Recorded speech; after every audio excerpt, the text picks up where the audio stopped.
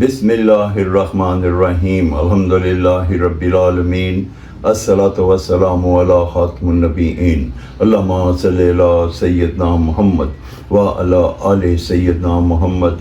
السلام علیکم ورحمۃ اللہ وبرکاتہ۔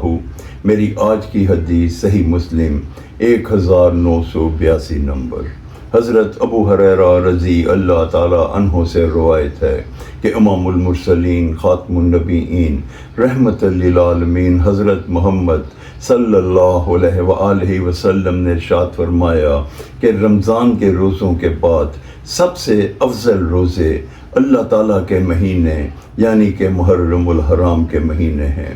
اس حدیث مبارکہ میں دو جہانوں کے سردار سرور ذی شان محبوب رحمان عز و جل حضرت محمد صلی اللہ علیہ وسلم نے ہمیں یہ بتا دیا کہ رمضان کے بعد سب سے افضل مہینہ اور عزت والا مہینہ اور اللہ کا مہینہ جو ہے وہ محرم الحرام کا مہینہ ہے، اور اس میں روزے رکھنا رمضان کے بعد سب سے زیادہ فضیلت کا باعث ہیں۔